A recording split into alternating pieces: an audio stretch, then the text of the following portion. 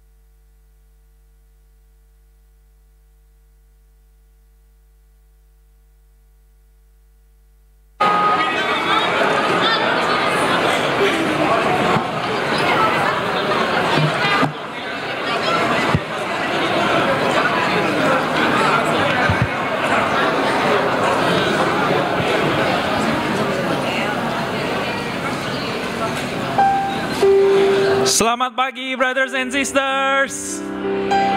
Pagi, akhirnya hari Minggu lagi ya kita bisa kumpul, kita bisa bareng-bareng menyembah Tuhan sama-sama, kita bisa beribadah sama-sama.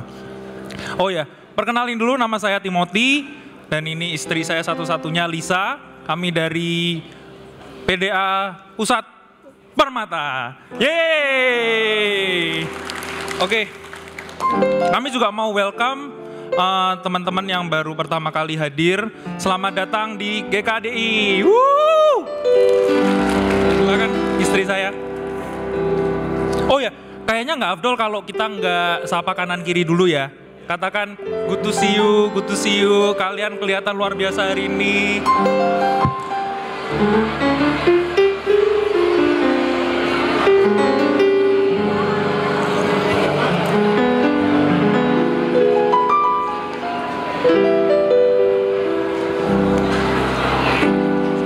It feels great and always great melihat cara kerja Tuhan yang luar biasa.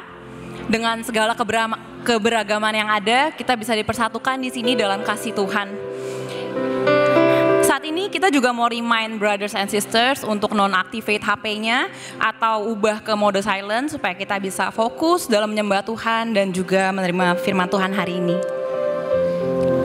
Oke, saya lihat mukanya udah semangat banget ya untuk memuji Tuhan pada pagi hari ini ya. Tapi sebelum itu kita mau berdoa dulu. Yuk, mari kita berdoa. Tuhan Yesus, kami bersyukur Tuhan karena kami bisa berkumpul bersama di tempat ini. Terima kasih Tuhan karena sekali lagi kami bisa menyembah-Mu bersama-sama sebagai satu keluarga Tuhan. Terima kasih atas kasih dan anugerah-Mu yang selalu menyertai kami. Tuhan, bantu kami Tuhan untuk kami bisa fokus kami selalu tertuju pada Engkau dan firman-Mu. Jadikan hati kami ini tanah yang subur Tuhan, supaya firman-Mu bisa bertumbuh dan berbuah. Kami serahkan ibadah ini ke dalam tangan-Mu. Dalam nama Tuhan Yesus kami sudah berdoa. Amin. Amin. Boleh kita bangkit berdiri jemaat. Dan kita siapkan hati kita untuk kita bisa menyembah Tuhan lewat puji-pujian kita. Amin. Tuhan kita adalah Tuhan yang kudus. Dan minggu hari ini kita terus belajar bagaimana kita juga menjadi seorang pengikut Tuhan yang betul-betul memastikan hati kita kudus di hadapan Tuhan. Amin. Let's sing it.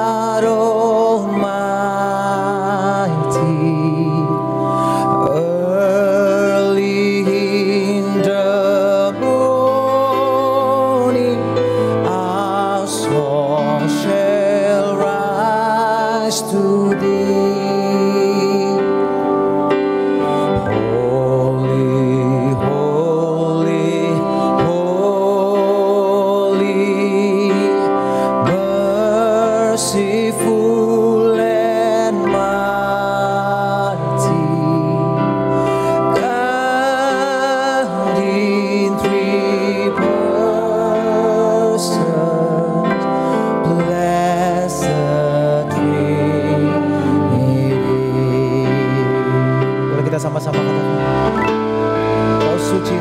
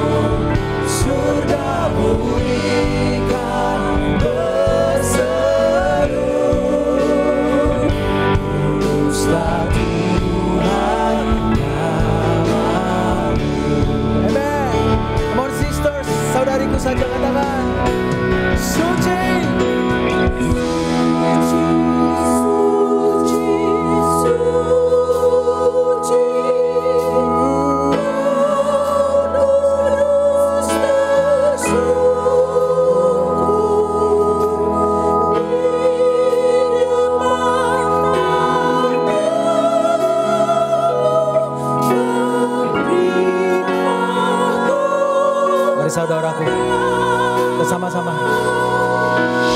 Segenap malaikat sujud menyembahmu, Tuhan yang ada selama-lamanya.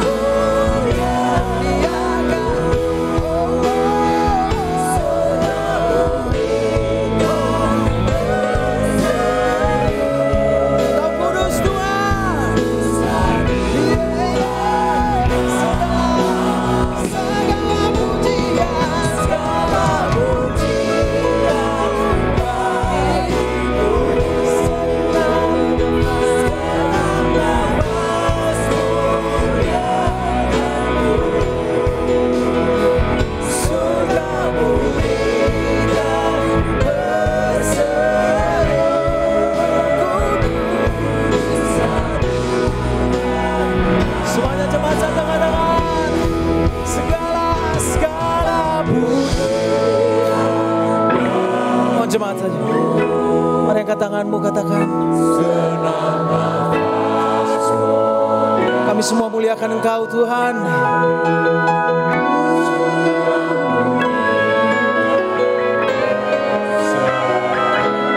Tuhan kita Tuhan yang kudus.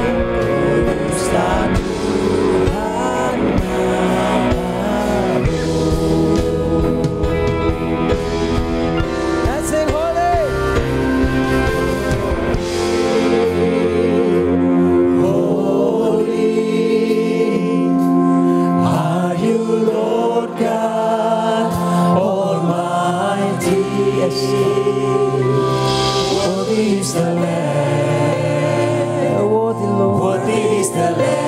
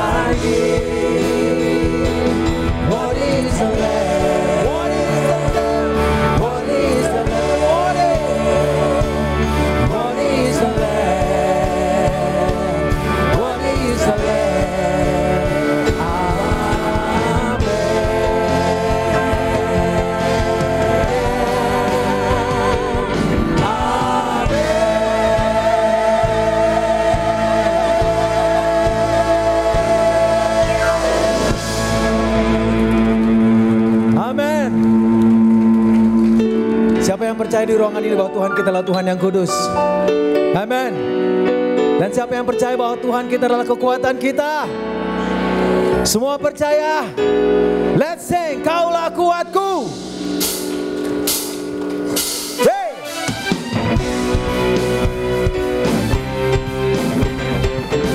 Boleh dibantu dengan tepuk tangannya.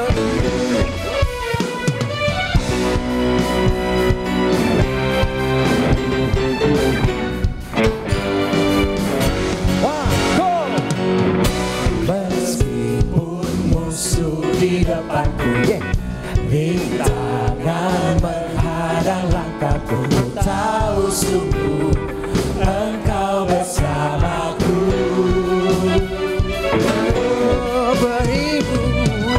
Beribu rebah di kiriku, berlasa di sisi kanan. Ku tahu janjimu, Engkau bersamaku. Boleh lihat kiri kanan, katakan takkan pernah goyah. Takkan pernah goyah keyakinanku pada dirimu, Yesus Tuhanku. Tiada yang seperti Kaulah kuatku, kebanggaanku, gunung batu dan keselamatanku. Kuat tanganmu, perlindunganku, Kaulah Allah sumber kemenangan. Boleh tangannya semua di atas, semua.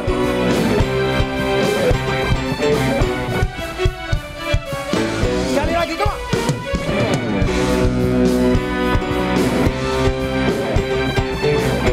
Saya mau jemaat saja ya, katakan jemaat, beribu, jemaat saja. Beribu berasa di sisi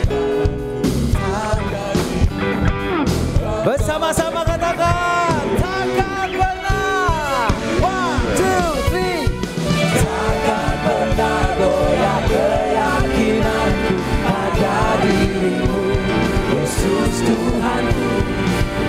Tiada yang seperti dirimu. Kaulah kuatku, kebanggaanku, gunung batu dan keselamatanku. Kuat tanganmu, perlindunganku, Kaulah Allah sumber kemenangan. Kaulah kuatku, kebanggaanku, gunung batu dan keselamatanku. Kuat tanganmu, perlindunganku, Kaulah Allah sumber kemenangan. Biarkan musik memuji Tuhan, come on. Kita bisa tepuk tangan dong.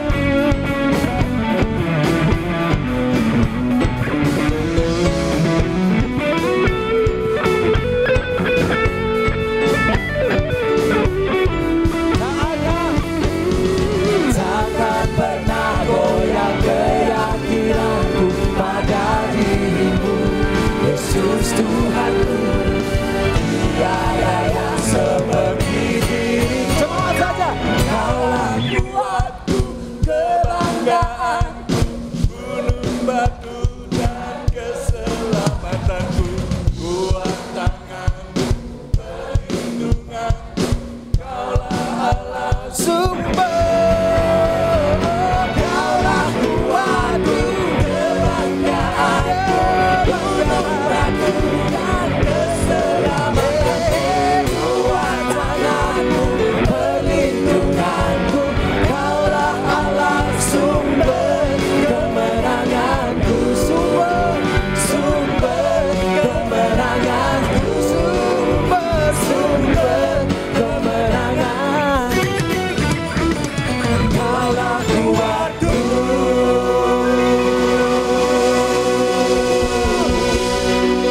Amin. Masih semangat memuji Tuhan. Sebentar lagi kita akan mendengarkan firman Tuhan yang dibawakan oleh Pendeta Harlem dari Singapura, ya, jemaat Singapura. Dan kita siapkan hati kita lembutkan hati kita. Amin. Let's sing praise.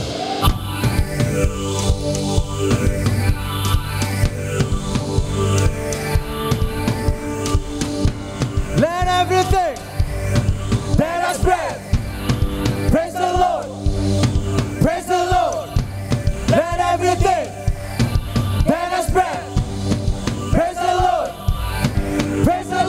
praise in the valley, praise on the mountain. I'll praise when I'm sure, praise when I'm doubting. I'll praise when I'm numbered, praise when surrounded. Yeah, 'cause praise is the water my enemies drowning. Let's sing it up together, come on. As long as I'm breathing, I've got a reason to praise the Lord, oh my soul.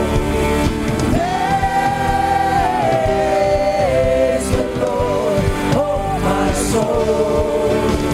I'll praise when I'm feeling, I'll praise when I'm strong. I'll praise 'cause I know you're still in control. 'Cause praise is the weapon, it's more than a sound. Yeah, my praise is the shout that brings Jericho down. Let's sing together. As long as I'm breathing, I've got a retire. Praise the Lord, oh my soul. Yeah. Praise the Lord, oh my soul. I won't be quiet. My God is alive. How could I keep it inside? Praise the Lord, oh my soul. Music. Boleh tepuk tangan yuk.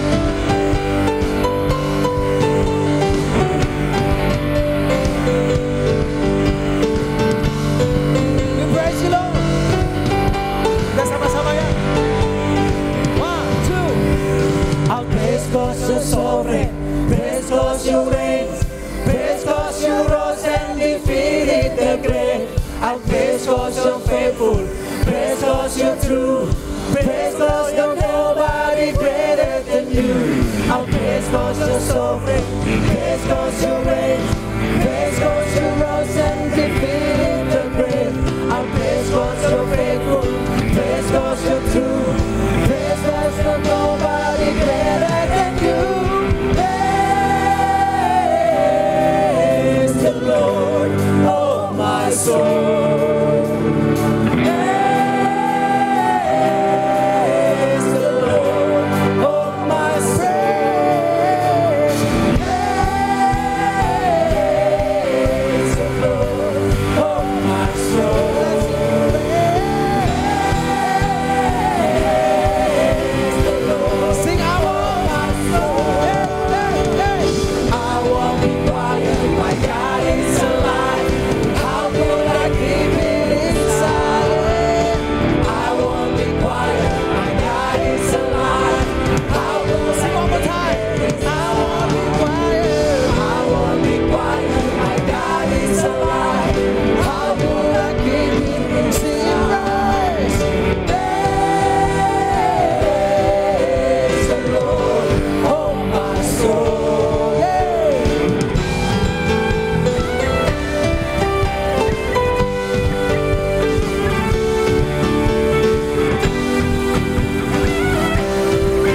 Kita sama-sama ya. 1, 2, 3. Let everything that has breath praise the Lord. Praise the Lord. Let everything that has breath praise the Lord. Praise the Lord. Praise the Lord. Praise the Lord. Let everything that has breath praise the Lord. Praise the Lord. Praise the Lord. Amen. Jemaat silakan duduk. Amen. Luar biasa, mari kita berterima kasih kepada pemimpin pujian yang dalam usia lanjut tapi masih terus semangat, amin. Tanpa minum extra jos lagi. Juga terima kasih, mari kita beri tepuk tangan juga kepada semua saudara-saudara kita sudah melayani. Pagi-pagi sudah datang menyiapkan semuanya, terima kasih, thank you juga Asyir semuanya yang me-welcome kita dengan begitu luar biasa. Saya setiap kali ada di Jakarta saya seneng aja. Nggak tahu ada polusi Jakarta yang buat kita semangat semua di sini ya. Hari ini saya akan berkhotbah dan judul khotbah saya adalah The Fellowship with the King. Ya, minggu yang lalu saudara kita, pendeta kita Frankie sudah berkhotbah dari buku Matius 11, 12 bicara tentang mengapa kita memilih tema Learn from Me. Dan ada alasannya karena memang terus terang kalau kita belajar, bisa aja belajar banyak salah ya dari orang dunia ini. Tapi kalau belajar Yesus tidak pernah kita itu agak salah. Karena dia sangat mengasihi kita. Dia tahu persis bagaimana dia akan meng-guide kita. Dan hari ini saya mengajak kita untuk bisa belajar dari buku Matius 13.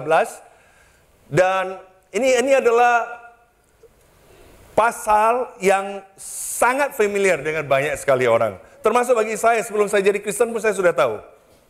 Ya, kita sering dengar cerita Daud Goliat. Orang nggak kenal Yesus aja bisa tahu cerita Daud Goliat. Ini juga termasuk cerita yang orang banyak tahu, yaitu perumpamaan tentang penabur. Ya, banyak orang tahu tentang itu. Nah, masalah artinya orang ngerti atau enggak, itu lain cerita. Makanya kita perlu dengar khotbah hari ini, oke? Dan yang sangat menarik, sering sekali kita mau melihat Yesus, tapi dari sudut pandang kita sendiri. Contoh, kalau saya berdiri di sini, yang saya lihat sangat berbeda dengan kalian yang duduk sana lihat ke sini. Berbeda banget. Walaupun mata saya sekarang sudah nggak ada katarak. Ya, ini berkat dari Tuhan. Jadi sekarang nggak usah pakai kacamata. Yang duduk di belakang saya bisa lihat kerut Anda sekarang. Saya ganggu Fania ya waktu saya habis selesai operasi katarak. Setelah selesai saya gini-gini, habis itu saya lihat. Fania bilang gimana? Kok ada kerutan kamu? Saya bilang. Aduh, tapi makin cakep kok saya bilang ya. Ada kerutannya saya bilang karena mata sudah kinclong. Jadi sangat bersyukur. Ini menariknya dua mata ini kan operasinya satu-satu ya. Satu dioperasi, besok terbang. Saya pikir yang satu ini mata ini udahlah kan di Jakarta berapa hari. Baru operasi besok juga terbang juga. Karena apa? Karena anak saya Tasya melahirkan. Amin. Jadi sangat bersyukur sekali. Terima kasih untuk your love, kasihnya, doanya, supportnya semuanya. Saya nggak umumkan ke seluruh gereja karena ini hari yang sangat bergembira, sangat cepat sekali melahirkannya. Satu hal yang kita doa secara spesifik adalah supaya Tasya bisa melahirkan tanpa banyak sakit. Karena Tasya ini banyak kekuatan, tapi satu kelemahan dia takut sakit. Dan menariknya, dia memilih tidak operasi sesar. Dia mau melahirkan normal. Kita betul-betul hitung harga, kamu yakin? Dia bilang yakin. Ya udah, silakan kita doa spesifik. Jam 1 pagi, saya dapat telepon. Tasya bilang, Pak, Ma, ini kayaknya mulai agak sakit deh. Kita bilang ini false alarm biasa itu. Dia bilang enggak, ini serius. 5 menit berikut ini lagi. Oke. Terus Jeffrey bawa ke rumah sakit.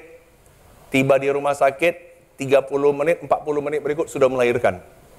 Cepat sekali, tidak ada epidural, enggak ada ini. Saya lihat Tasya, saya bilang luar biasa kamu, saya bilang ya. Dan sangat bersyukur baby Anson sehat, Tasya juga sehat. Dan ini adalah Anson, baby Anson. Kemarin sebelum saya balik Jakarta, saya lihat dia pegang keras gitu. Ini tenaganya lumayan kuat. Namanya cucu ya, walaupun tenaga gitu rasanya kuat kali. Semua gitu kan kuat sekali. Kita cenderung exaggerate, ngerti nggak? Kita wah gitu. Ya, terus nggak tahu, saya nggak bisa ini. Kemarin malam saya nggak bisa tidur. Lihat ini terus, saya sudah miss dia. Mainan baru. Anak saya tanya saya, apa bedanya dengan kita? Saya bilang kalah lah kalian levelnya. Sengaja saya ini ya, tapi memang betul waktu anak saya lahir saya bersyukur, kita senang. Tapi ini senangnya beda. Dan dulu saya sering dengar dari orang bilang kalau punya cucu itu wah bisa gini manjain cucu. Saya bilang gimana sih manjain cucu? Jangan dong cucu dimanjain. Ini masih bayi aja udah saya manjain ini kan gitu kan. Jadi belum mampu ngajar grandparenting, baru bisa ngajar parenting. Grandparenting masih gagal ini di sini ya. Saya bilang enggak, anak saya, terus mereka bilang, oh papa, mama kok jadi berbeda sama cucu? Saya bilang beda. Pokoknya kita dulu parent kamu dengan benar, sebisa mungkin. Sekarang tugas kita memanjakan cucu. Untuk mengetes apakah parenting kalian bagus enggak. Aduh. Atau anak saya bilang, kok nggak ada ambil foto kita lagi? Udah nggak ada, lewat masa kalian sudah. Saya dalam 3 hari ambil 200 foto ada kali, 200-300 foto. Ini saya doa, Tuhan bantu saya untuk tidak obses. Oke, kita balik ke Matius 13, oke? Ini di dalam satu pasal ini ada 7 perumpamaan. Ada 7 perumpamaan, dan kita sudah pernah dengar tentang itu. Tapi mungkin kita salah mengerti ya, makanya hari ini kita mau bisa sama-sama belajar. Apa yang diperlukan supaya kita betul-betul bisa menjadikan Raja segala raja, Yesus itu menjadi fokusnya, bukan kitanya sendiri. Ya, supaya kita bisa punya fellowship with the King. 7 perumpamaan itu penabur, kemudian lalang, biji sesawi, ragi, harta yang terpendam, mutiara yang indah, pukat. Ini dalam bentuk yang tersusun, tetapi yang sangat menarik, ini sebenarnya terbagi ke dalam 3 kategori yang berbeda. Di dalam kategori kedua dan yang ketiga, itu Yesus mengajarkan mereka, hal kerajaan sorga adalah seumpama. Dia kasih gambaran supaya orang bisa mengerti apa maksudnya. Nah, saya mungkin mau nyentuh sedikit tentang perumpamaan, supaya kita tahu bahwa Alkitab sepertiganya berisi poetry, seperti buku Mazmur. Sepertiganya berisi nubuatan. Dan sepertiganya lah itu berbentuk narasi cerita. Nah, termasuk di dalamnya ada namanya perumpamaan. Perumpamaan ini menarik, banyak orang pikir ini cerita ya, supaya orang gampang mengerti. Supaya orang gampang ingat. Banyak saya dengar daripada pengajaran-pengajaran itu yang dilemparkan. Memang betul sepertinya narasi, tapi sebenarnya tujuannya berbeda dengan narasi. Kalau cerita, contoh kita misalnya tahu cerita tentang bagaimana Yesus lahir, ceritanya ada, itu membuat kita jadi mengerti keadaan saat itu. Dan jelas, Nikodemus datang mencari Yesus pada saat gelap. Kita jelas dan bisa bayangkan. Perumpamaan memang bentuk cerita, tetapi tujuannya belum tentu untuk supaya kamu jelas. Oke? Jadi perumpamaan itu kalau gitu apa? Perumpamaan itu artinya adalah diceritakan, ditaburkan bersama sekaligus. Bahasa Inggrisnya you cast alongside. Jadi supaya kita bisa ngerti di sini, ini adalah seperti satu earthly story with heavenly meaning. Seperti satu cerita yang terjadi sehari-hari, yang kita familiar sehari-hari, tetapi tujuannya adalah untuk supaya orang bisa mengerti kebenaran Tuhan, supaya mengerti Tuhan lebih jelas lagi, supaya mengerti apa sebenarnya intensi dan maksud dari Tuhan.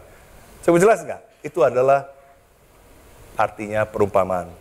Nah, yang menarik di buku ini, di pasal 10 dikatakan, maka datanglah murid-muridnya dan bertanya kepadanya setelah Yesus kasih perumpamaan itu. Dia bilang, mengapa engkau berkata-kata kepada mereka dalam perumpamaan? Supaya kita tahu perumpamaan tentang penabur ini diceritakan di 3 buku Injil. Selain dari buku Matius, diceritakan di buku Lukas dan Markus juga. Tetapi cuma di buku Matius lah diperjelas. Murid-murid datang ke Yesus, tanya why. Why? Bukan cuma tanya what it means, apa artinya. Tapi tanya juga mengapa Anda cerita dalam bentuk perumpamaan. Ini orang lagi banyak berbondong-bondong, lagi banyak. Kenapa harus cerita yang pakai perumpamaan? Kenapa nggak langsung to the point, langsung jelas gitu? Mumpung lagi banyak ini orang, kenapa perumpamaan? Yesus menjelaskan kepada mereka. Yang kita harus bisa mengerti dan mungkin koreksi bagi kita supaya kita bisa mengerti. Tujuan dari perumpamaan adalah Yesus kasih cerita yang sehari-hari orang ngerti, penabur, ngertilah mereka. Pukat, ngerti. Ilalang, ngerti. Tetapi tujuannya adalah untuk dua audiens yang berbeda. Satu adalah audiens yang betul-betul mau betul-betul cari kebenaran. Dan satu audiens lagi yang tidak sungguh-sungguh mau cari kebenaran. Dengan kasih perumpamaan ini bisa memisahkan dua grup ini dengan sangat jelas. Ibaratnya perumpamaan itu adalah seperti satu tabir. Seperti kita lihat ada vitrase. Jadi kita bisa lihat ada objek di belakang dari vitrase. Dan kita tahu ada objek itu. Tapi bagi audiens yang sungguh-sungguh mau tahu. Dan mau cari tahu. Apa objek itu? Mereka akan datang dan buka tabirnya dan kemudian bisa lihat jelas. Dan mengerti. Sedangkan satu audiens lagi adalah sama bisa lihat tapi kabur, nggak bisa lihat jelas. Dan mereka cuma tahu ada objek di balik itu dan tidak peduli untuk ngecek lebih dalam lagi. Ngerti nggak maksudnya di sini? Jadi tujuannya juga supaya orang tidak mengerti. Tapi bukan karena Tuhan kejam dan nggak mau ngerti, karena mereka di dalam hati mereka sudah putuskan untuk tidak mau tahu dan tidak mau mengerti. Terus orang bilang sama saya, kejam dong Yesus. Saya bilang enggak, kalau kamu baca Yohanes 12, 47, 48, Anda tahu bahwa Yesus datang bukan untuk menghakimi, tapi untuk mencari orang yang hilang. Mau menyelamatkan orang. Tapi dia bilang yang akan datang, firman pada akhir dia mau akui atau tidak. Satu hari firman Tuhan akan menghakimi. Yesus datang pertama kali bukan untuk menghakimi, tetapi firman yang diberitakan itulah yang menghakimi. Baik banget loh Yesus. Coba kasih tahu jelas-jelas. Orang reject. Terhakimi banget itu. Ngerti nggak maksud di sini? Jadi jangan kita lihat dari sisi. Saya bilang sebagai seorang pengkhotbah saya di sini. Ini bukan soal masalah platform, bukan soal masalah udah biasa enggak. Setiap kali saya mau berkhotbah saya berdoa, saya bergetar. Karena apa yang saya sampaikan itu akan di hold accountable oleh Tuhan. Apa yang harusnya saya sampaikan tapi saya tidak sampaikan. Saya adalah orang pertama yang akan dihakimi oleh Tuhan. Tapi bukan hanya soal orang yang bicara. Kalau kita baca di Yohanes 12, 47, 48 juga tanggung jawab adalah juga kepada yang mendengarkan. Pernah berpikir nggak mengapa di tempat yang sama, dengar pesan yang sama, tapi kok ada orang yang bisa menerima, ada yang tidak. Ngerti nggak maksudnya di sini? Sangat menarik. Ini seperti satu misteri. Tetapi Tuhan sendiri katakan alasan mengapa dia bicara perumpamaan supaya yang nggak mau tahu, nggak akan pernah tahu. Yang mau tahu, mereka akan bisa mengerti. Setelah itu, murid-muridnya juga bukan hanya berhenti mau tanya mengapa Anda bicara dalam perumpamaan, tapi juga mau tahu apa arti perumpamaan itu. Yang menarik, gitu banyak orang, kenapa nggak tanya semua, padahal nggak ngerti juga. Nggak ngerti, tahu familiar, tahu ceritanya, tapi nggak tahu apa heavenly meaningnya. Yang berani datang adalah murid Yesus yang datang dan mau tahu apa sih sebenarnya artinya. Udah kelihatan dua audiens yang berbeda karena itu. Saya hari ini akan bacakan dan kita akan belajar berdasarkan 3 kategori itu, 3 tanda daripada fellowship dengan Raja. Ayat 1, pada hari itu keluarlah Yesus dari rumah itu dan duduk di tepi danau, maka datanglah orang banyak berbondong-bondong lalu mengurumuni dia. Sehingga ia naik ke perahu dan duduk di situ. Sedangkan orang banyak semuanya berdiri di pantai dan ia mengucapkan banyak hal dalam perumpamaan kepada mereka. Katanya, adalah seorang penabur keluar untuk menabur. Pada waktu ia menabur, sebagian benih itu jatuh di pinggir jalan. Lalu datanglah burung dan memakannya sampai habis. Sebagian jatuh di tanah yang berbatu-batu, yang tidak banyak tanahnya. Lalu benih itu pun segera tumbuh karena tanahnya tipis.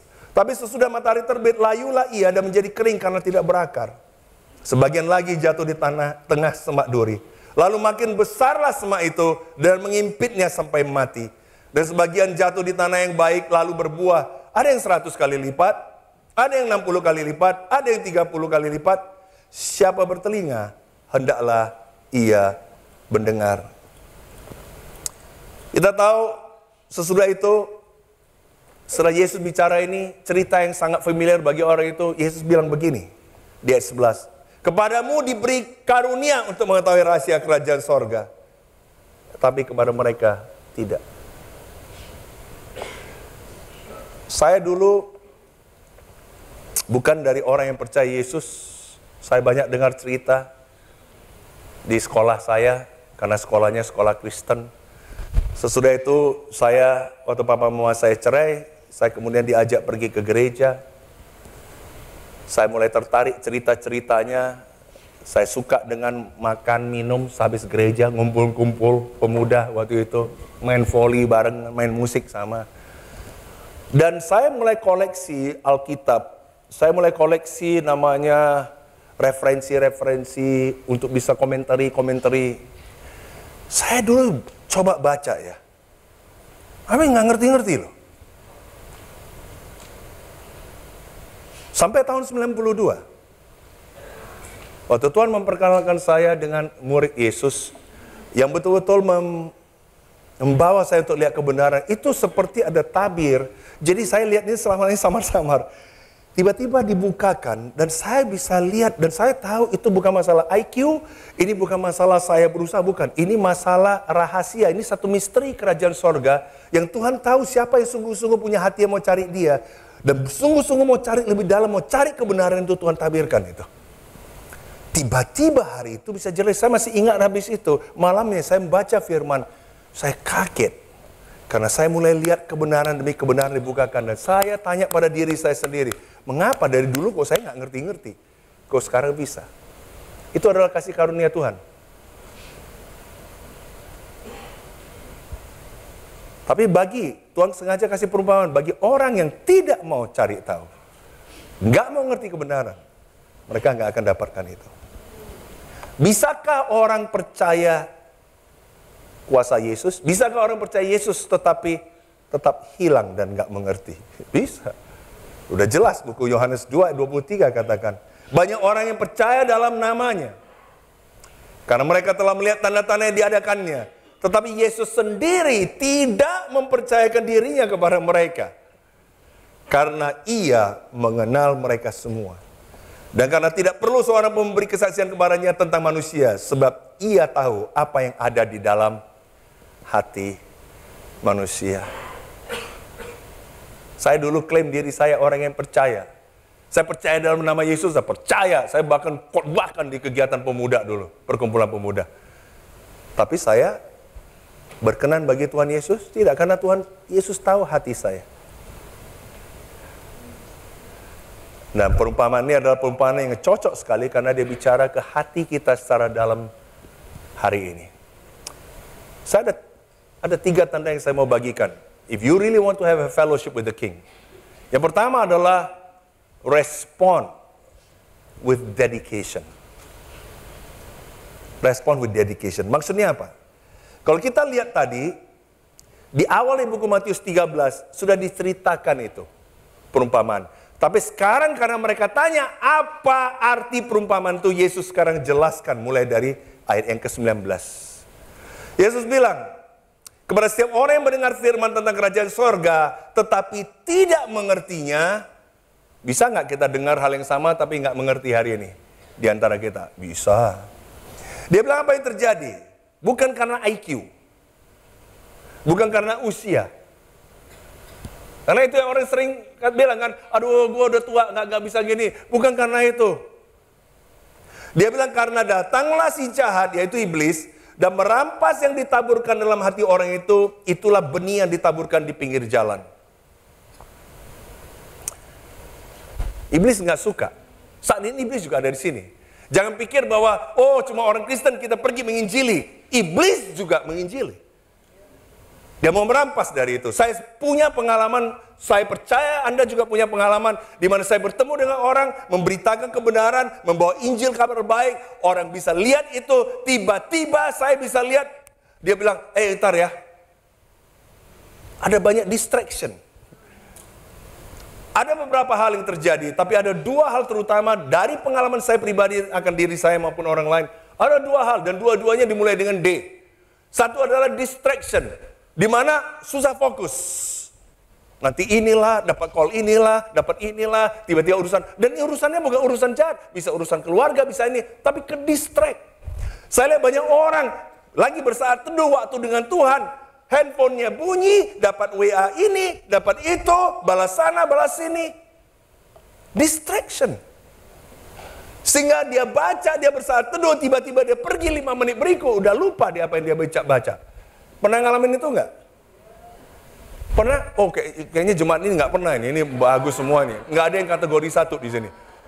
Semuanya luar biasa, semua ingat sampai berbulan-bulan, bertahun-tahun.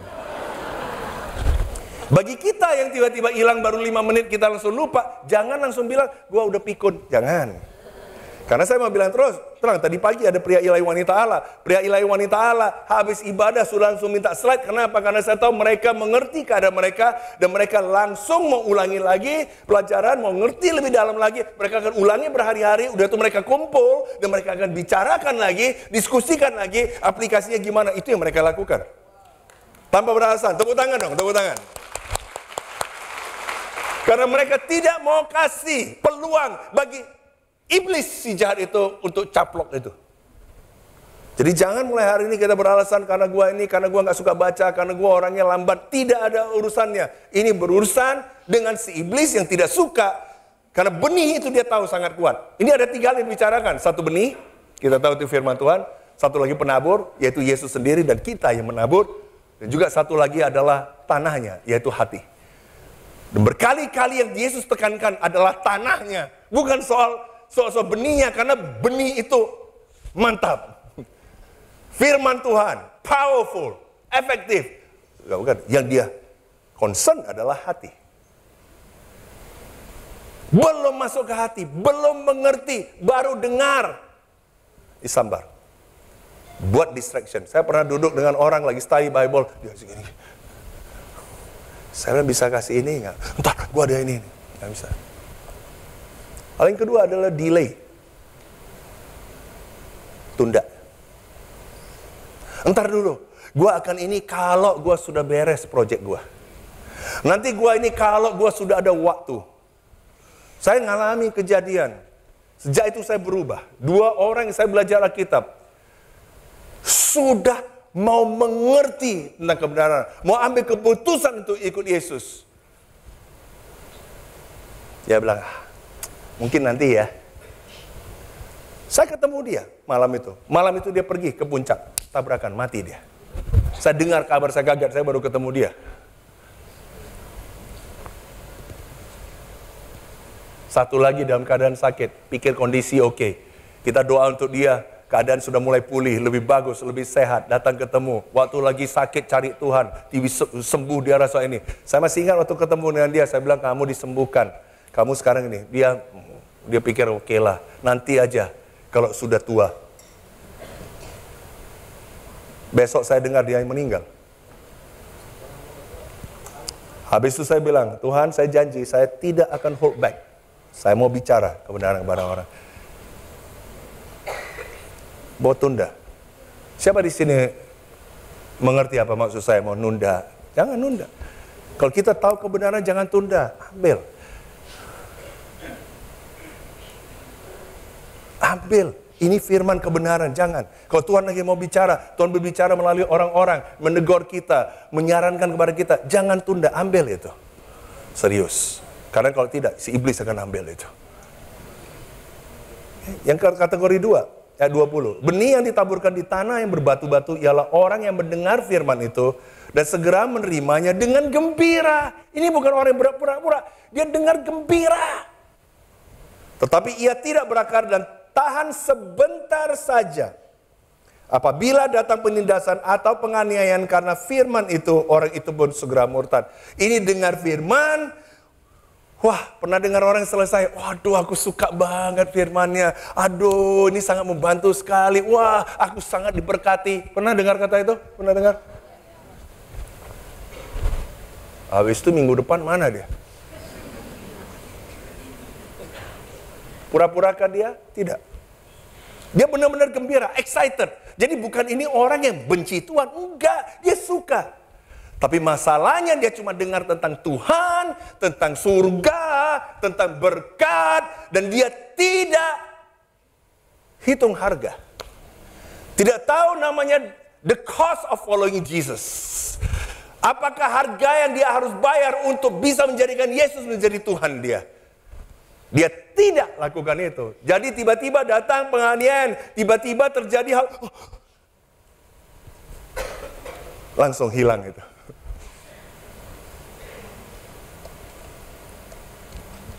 Saya nggak tahu berapa banyak dari kita di sini ketika betul-betul penganiayaan terjadi di Indonesia yang masih tetap ada di sini.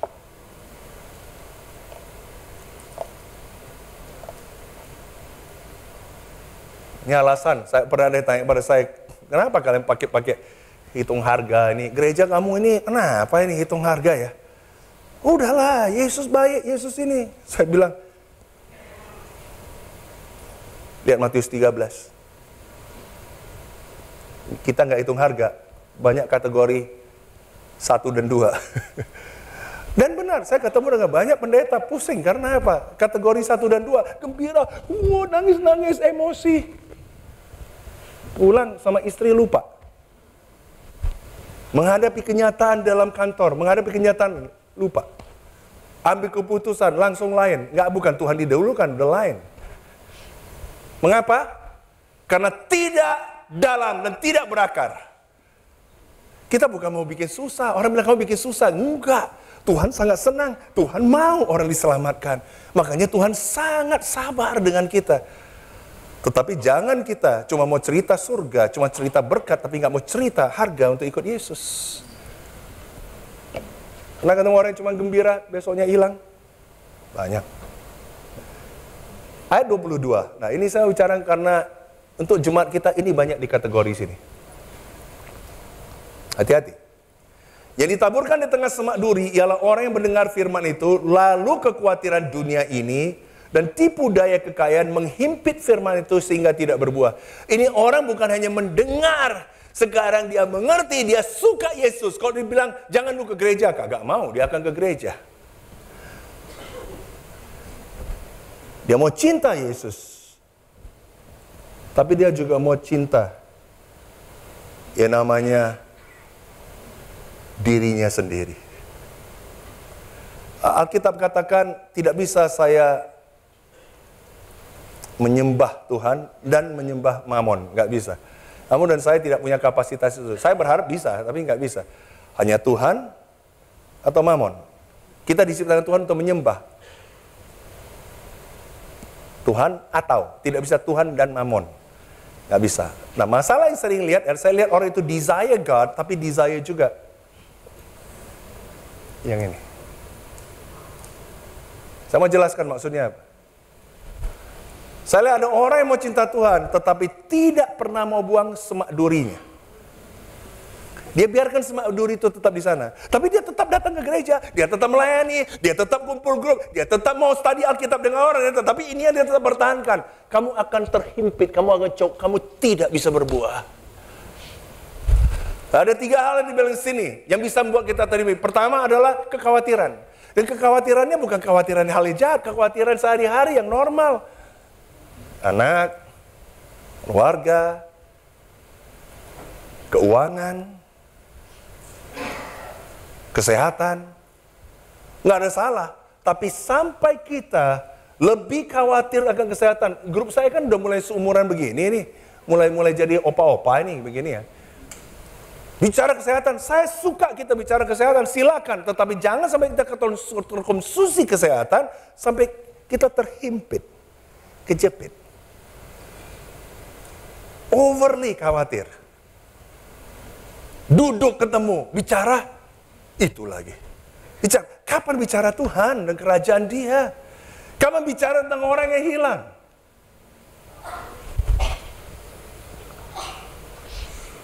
Berikutnya adalah kekayaan. Apa salah dengan kekayaan? Tidak. Saya ada ketemu ada orang yang kaya tapi tidak bicara uang. Nah, saya ada bicara orang yang sama sekali tidak kaya, baik bicara uang terus. Jadi itu nggak ada hubungannya orang kaya atau tidak. Having richness, nggak ada masalah.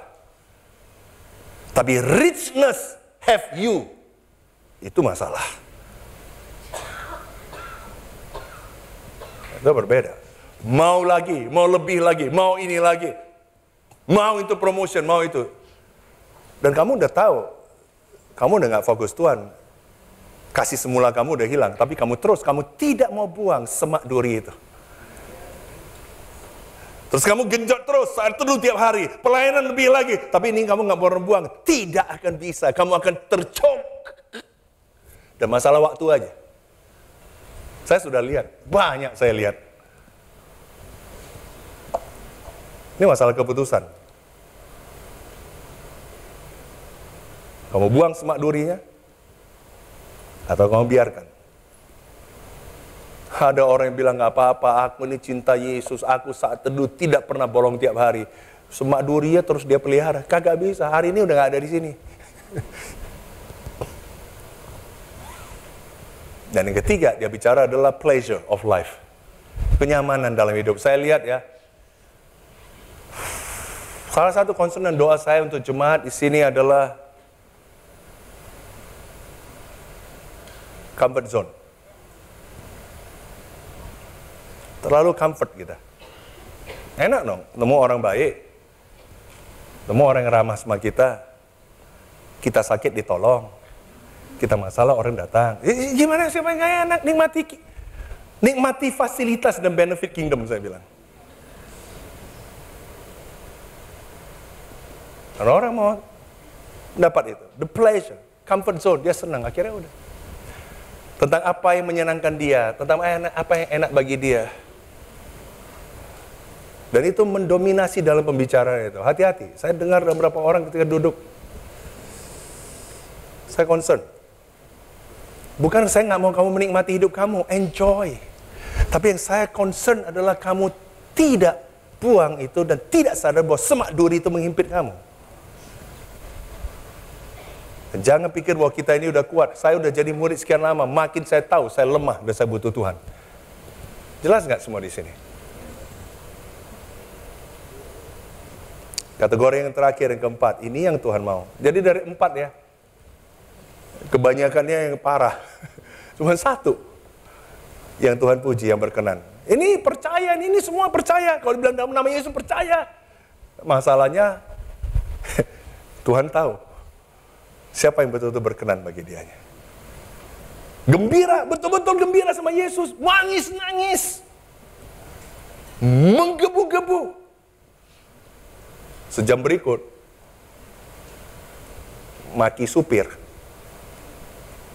Minggu depan, tanpa dilihat orang, udah buat sesuatu yang nggak berkenan bagi Tuhan. Ngerti nggak maksud saya? Jadi, ayat 23, yang ditaburkan di tanah yang baik ialah orang yang mendengar firman itu dan mengerti. Dan karena itu ia berbuah. Ada yang 100 kali lipat, ada yang 60 kali lipat, ada yang 30 kali lipat. Gak ada masalah, Tuhan beri talenta karunia yang berbeda, gak usah kita bandingkan. Wah, gua 30, lu 100, gak usah. Yang penting berbuah. Sesuai dengan porsi yang Tuhan sudah berikan kepada kita semua di sini. Pertanyaannya, apakah kita berbuah di sini? Apakah termasuk hati kita adalah yang merespons dengan dedikasi hati seperti itu? Karena itulah yang bisa punya fellowship with the King. Yang kedua adalah kita harus bisa recognize the deception. Kita harus bisa mengenali dengan jelas tipuan-tipuan daripada iblis. Dan kembali Yesus menjelaskan itu, dia mulai pakai kejadian-kejadian sehari-hari untuk membuat mereka mengerti. Tapi yang sangat menarik, banyak sekali orang saya ketemu, dari 3 perumpamaan yang masuk kategori ini, banyak orang salah kaprah. Dan gak heran mereka salah kaprah, karena mereka tidak betul-betul mau cari kebenaran itu. Kalau kita betul-betul mau cari kebenaran, membuat kita hari ini berhenti bertanya, mengapa dia begitu ya? Mengapa begitu ya? Ngapa, kita udah tahu Yesus sudah bicara kok. Saya lihat ada orang bilang, kenapa orang bilang begini? Banyak sekali orang bertanya, kenapa ya katanya murid Yesus, tapi kenapa begini ya? Tidak akan Anda baca Matius 13? Kenapa ya ada gitu banyak denominasi? Kenapa ada banyak? Dan lihat ini rame lagi di sana. Berarti kan benar.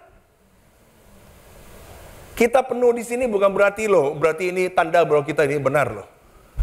Jangan ukurannya bukan emosi, ukurannya bukan feeling, ukurannya bukan gedenya, bukan. Nanti saya mau cerita. Mari kita mengerti dan kita harus bisa recognize, bisa lihat dengan jelas deception, tipuan, kepalsuan yang ada. Maksudnya apa?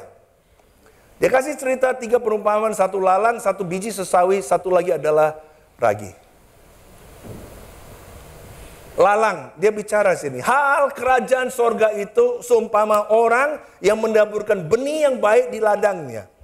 Tapi pada waktu semua orang tidur, datanglah musuhnya. Ini si iblis lagi nih. Menaburkan benih lalang di antara gandum itu, lalu pergi. Ketika gandum itu tumbuh dan mulai berbulir, nampak jugalah lalang itu. Maka datanglah hamba-hamba Tuhan ladang itu kepadanya berkata, Tuhan, bukankah benih baik yang Tuhan taburkan di ladang Tuhan? Dari manakah lalang itu? Jawab Tuhan itu, seorang musuh yang melakukannya. Lalu berkatalah hamba-hamba itu kepadanya, jadi maukah Tuhan supaya kami pergi mencabut lalang itu? Itu kan jelek itu, bikin rusak. Yesus bilang, jangan. Sebab mungkin gandum itu ikut tercabut pada waktu kamu mencabut lalang itu. Sangat menarik ya, kalau kita pergi ke daerah Timur Tengah, kita bisa lihat ya yang namanya gandum. Itu yang di Alkitab katakan sebagai benih yang baik, yang berbuah. Ada namanya Darnel grass. Darnel grass juga sama. Kalau kamu lihat, di Timur Tengah kalau kamu lihat, saya sendiri merasa sulit membedakan itu. Dan tumbuhnya sama. Tapi kamu bisa lihat itu di sana. Itu adalah lalang. Dan dia akan bertumbuh bersama. Perbedaannya adalah ketika sampai maturity yang full, baru bisa kelihatan itu nanti. Tapi Tuhan bilang, itu bukan bagian kamu. Untuk buang itu, enggak ada. Jadi kita harus tahu, di dalam kerajaan sorga kita datang, kita tahu bahwa iblis pun menyiapkan yang namanya Kristen juga, yang namanya Kristen palsu. Ada Kristen asli, ada Kristen palsu. Saya dulu pikir saya Kristen asli karena KTP saya Kristen, karena saya ke gereja, karena saya pelayanan. Begitu saya lihat kebenaran, saya baru tahu bahwa saya Kristen palsu. Dan waktu itu baru saya bisa mulai lihat, rupanya ada banyak Kristen palsu. Dan tugas saya bukan untuk menghakimi, karena Alkitab katakan di sini kerajaan sorga bukan kita yang menghakimi, tapi Tuhan akan menghakimi. Tuhan yang tahu jelas mana yang benar-benar yang baik, mana yang lalang ini. Tapi biarkanlah bertumbuh bersama-sama. Jadi jangan hari ini kita datang, jelekkan sana, jelekkan situ, nggak usah. Akan tumbuh sama-sama. Tapi saya bisa tahu siapa murid Yesus sesungguhnya, dan siapa yang cuma ngaku-ngaku percaya Yesus. Jangan kita kemudian gerah dengan orang itu, kemudian membenci, enggak, mengasihilah. Justru iman kita jadi teruji. Benar nggak kita ini asli atau kita ini juga palsunya? Cukup jelas nggak di sini? Jadi kalau kita lihat biji sesawi, ini orang sering salah lagi. Makanya kita harus tahu deception iblis gila ya. Penginjilannya luar biasa sekali hari ini. Begitu dia tahu ada ini, dia taruh di sana. Di samping-sampingannya ada. Sampai kita kabur. Makanya penting sekali kita untuk senantiasa melihat kebenaran firman Tuhan. Bukan akhirnya menjadikan pengalaman kita menjadi kebenaran. Saya sedih kadang-kadang menemukan orang Kristen. Dia cerita hidup dia. Dan benar ini cerita hidup dia. Saya senang bergembira Tuhan. Tapi dia jadikan cerita hidup dia jadi kebenarannya. Terus akhirnya orang sibuk kasih kesaksian. Kadang-kadang saya ketemu dengan orang yang sudah kasih banyak kesaksian, saya tanya, benar nggak? Dia pun sudah nggak tahu ini cerita dia karang-karang atau udah jadi benar, karena udah keseringan diulang ratusan kali. Sampai dia udah nggak tahu ini benar atau enggak. Dan dia sudah percaya bahwa itu benar. Pernah ketemu orang seperti itu enggak? Setelah kita tanya saudaranya, rumahnya ceritanya nggak begitu. Tapi karena dia sering dikasih platform, banyak kesaksian, dia terkenal dan pintar bicara, akhirnya, tapi kesaksian dia palsu itu. Memang dia cerita Yesus, cerita tentang bagaimana Yesus menyembuhkan, bagaimana Yesus datang begitu, mengasihi dia, begitu itu. Sampai orang bilang, oh luar biasa.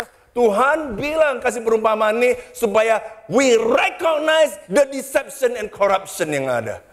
Tanpa kita punya hati yang judgmental sama orang. Kita mengasihi orang, tapi kita sendiri bisa tahu Mana Kristen yang cuma suka platform, cuma suka cerita-cerita, yang cuma suka, wah Yesus Kristus, haleluya. Hari ini banyak sekali orang kaget menemukan banyak orang-orang, rupanya gini, pendeta, wah begini. Jangan kaget, Tuhan sudah bilang.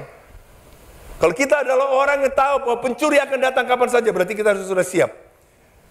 Sama dengan kalau kita jadi murid Yesus sungguh-sungguh, kita udah siap, nggak usah kaget sana-sini, sudah tahu ini terjadi. Tuhan Yesus sudah bicarakan itu. Biji sesawi juga sama. Banyak orang melihat cerita biji sesawi ini salah. Saya bacakan di ayat 31. Yesus membentangkan suatu perumpamaan lain lagi kepada mereka. Katanya, hai hal kerajaan sorga itu sumpama biji sesawi, yang diambil dan ditaburkan orang di ladangnya. Memang biji itu yang paling kecil dari segala jenis benih. Tapi apabila sudah tumbuh, sesawi itu lebih besar daripada sayuran yang lain. Bahkan menjadi pohon. Sehingga burung-burung di udara datang bersarang pada cabang-cabangnya. Nah ini orang kemudian khotbah kan ceritakan, ya bayangkan di kerajaan Allah. Inilah pertumbuhan kerajaan Allah dari biji sesawi saja. Lihat satu hari seperti biji sesawi satu hari tumbuh jadi pohon besar. Dan burung-burung pun semua akhirnya bertengger. Lihat buahnya luar biasa sekali. Yesus itu bicara kebalikannya. Maksudnya apa bro? Biji sesawi, kalau bagi orang yang familiar tahu biji sesawi, kita tahu biji sesawi itu gak pernah tumbuh jadi pohon. Apel iya, biji apel jadi pohon apel. Biji jeruk jadi pohon jeruk. Namanya biji sesawi, itu tumbuh jadi besar, lebih besar dari sayuran lain, itu betul. Kayak begitu, jadi bush, big bush, jadi semak yang betul-betul sangat besar dan bisa tinggi ya, saya sudah lihat langsung. Bisa antara 4 meter, 5 meter, bisa juga sampai 20-an meter saya lihat. Tapi bukan pohon. Waktu Yesus cerita ini, orang itu jadi bisa tahu kenapa. Karena kalau jadi pohon, justru orang bilang ini abnormal. Biji sesawi nggak akan jadi pohon, harusnya jadi semak, debus. Terus burung. Ya burung kita harus tahu yang namanya expository constancy atau consistency. Kalau kita ngerti satu ayat yang jelas, kita lihat konteksnya sebelum ataupun sesudahnya. Ini baru berapa ayat sebelumnya bicara burung bicara apa? Orang-orang baik. Burung bicara tentang iblis, si jahat itu. Alkitab, kalau burung bicara, itu kebanyakan bicara tentang iblis. Beda lagi dengan namanya dove atau merpati. Itu damai. Beda, jangan bilang dove kan burung juga. Tolong dengar bahasanya di sini. Konteksnya di sini, Yesus lagi mau tunjukkan hal kerajaan sorga adalah seperti lu akan lihat biji sesawi akan tumbuh karena iblis bekerja dengan luar biasa. Dia buat sehingga betul-betul glorious, kelihatan besar. Besar sangat menarik perhatian. But it's not my church. It's not my people. Berapa banyak hari ini orang ketipu, oh karena rame, pastilah di sana yang rame. Doa saya adalah jangan karena gereja ini rame, tapi kebenaran ditinggalkan. Nggak ada gunanya rame di sini. Karena pada akhirnya yang memberikan penghakiman adalah Tuhan.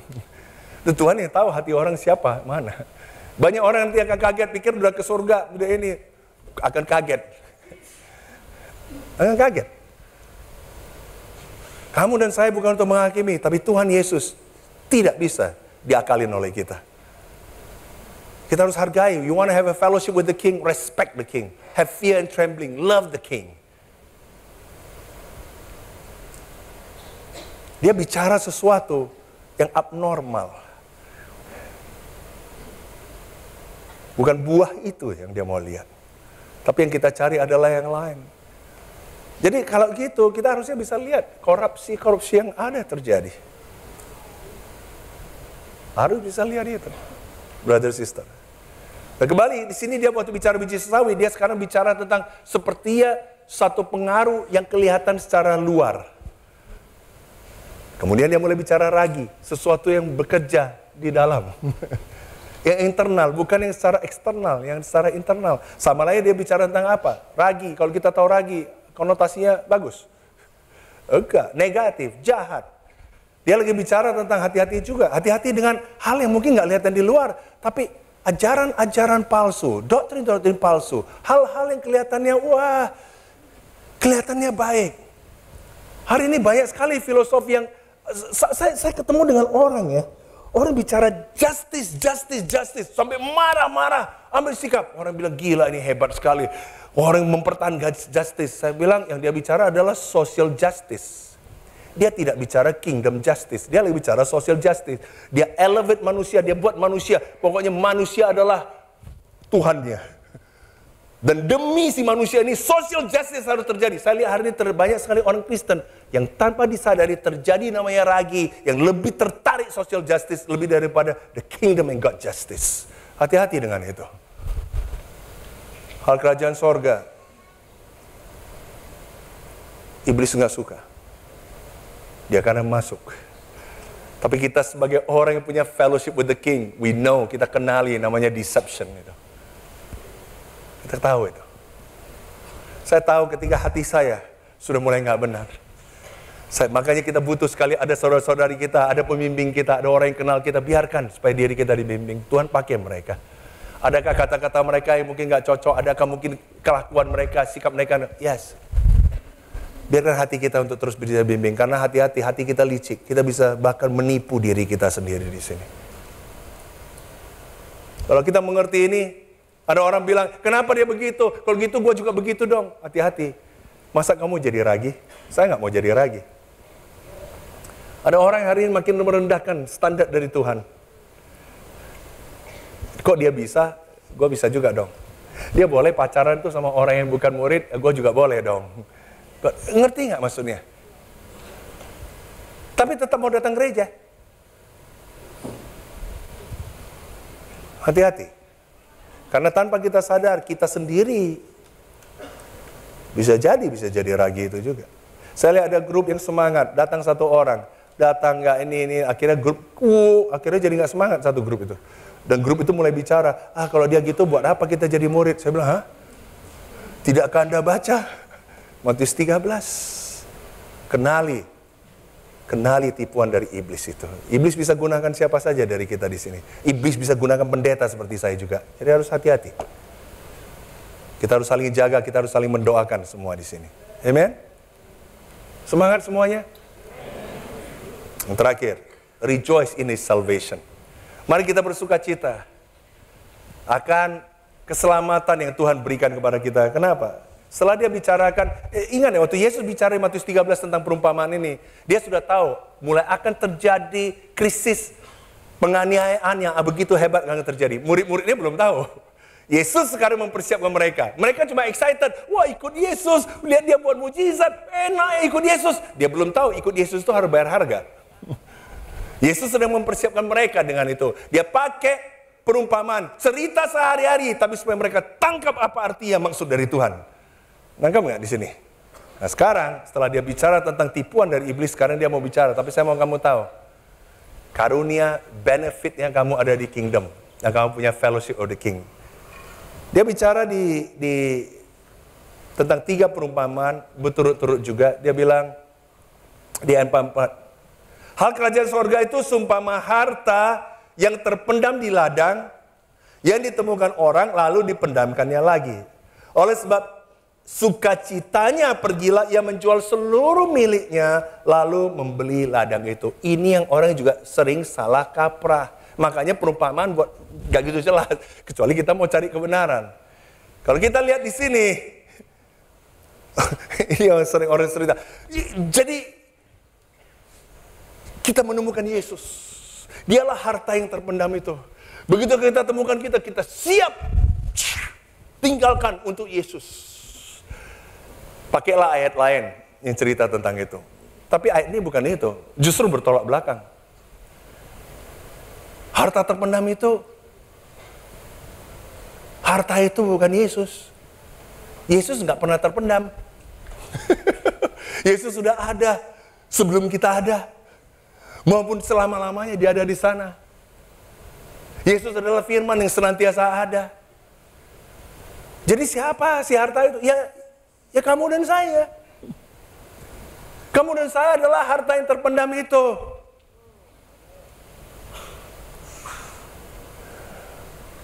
Ditemukan. Oleh sebab sukacita dia pergi menjual seluruh miliknya lalu membeli ladang itu. Ladang kalau di dalam konsistennya kita lihat, ladang itu adalah dunia. Siapa di sini? Aku, Yesus begitu berharga. Mari aku jual semua dan ku beli seluruh dunia. Siapa sih yang mampu beli dunia semua di sini? Nggak ada, itu omong kosong. Yang Yesus lagi bicara di sini, yang terpendam itu adalah bangsa Israel. Yang sampai dia masih hari ini dia bilang seberapa mereka rebellious, dia masih bilang they are my treasured possession. Anda dan saya begitu berharga di mata Tuhan. Dia begitu melihat kita, dia rela mati di kayu salib. Dia purchase dunia ini semua dengan darah dia. Mengerti nggak seberapa berharganya kita? You and I, waktu saya mengerti ini, saya bilang, gila Tuhan, siapakah saya? Saya menyakitkan Anda, but you look at me as a treasure possession. Buku Roma 3 katakan, tidak ada yang benar. Seorang pun tidak. Tidak ada seorang pun yang berakal budi, tidak ada seorang pun yang mencari Allah. Kita harus bisa mengkhotbahkan teologi yang benar. Kadang-kadang kita bisa pakai ayat yang sama, tapi teologi kita tidak sehat. Tidak pernah saya bisa katakan, saya yang cari Tuhan. Tuhan yang senantiasa cari saya. Tuhan yang senantiasa reach out ke saya. Bahkan ketika saya berdosa, Tuhan Yesus mati di kayu salib untuk saya.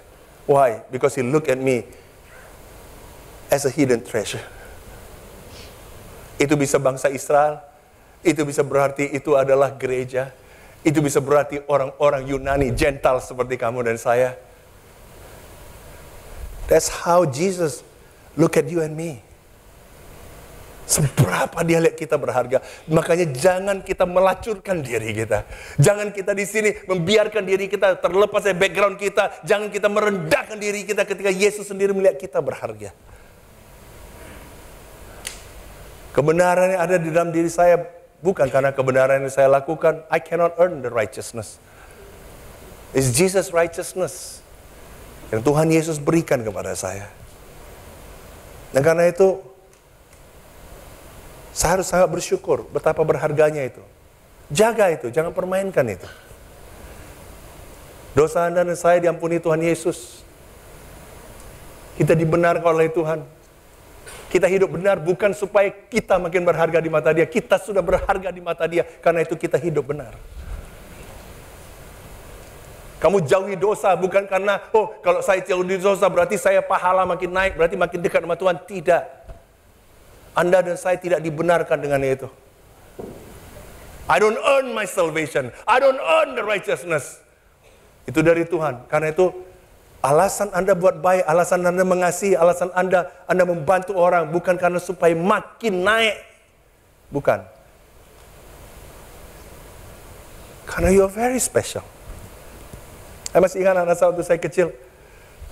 Ada dua jenis parenting. Satu adalah, jangan ditakut-takutin. Lu kalau gini lu jadi, lihat itu. Mau jadi kayak pengemis itu.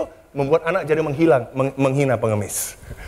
Lihat itu kayak orang bego di sana. Lu lihat kayak orang jahat di sana. Lu jangan kayak gitu. Lu ditakut-takutin seperti itu. Itu adalah satu cara parenting. Atau parenting satunya lagi. Ini yang saya adopsi dalam keluarga saya.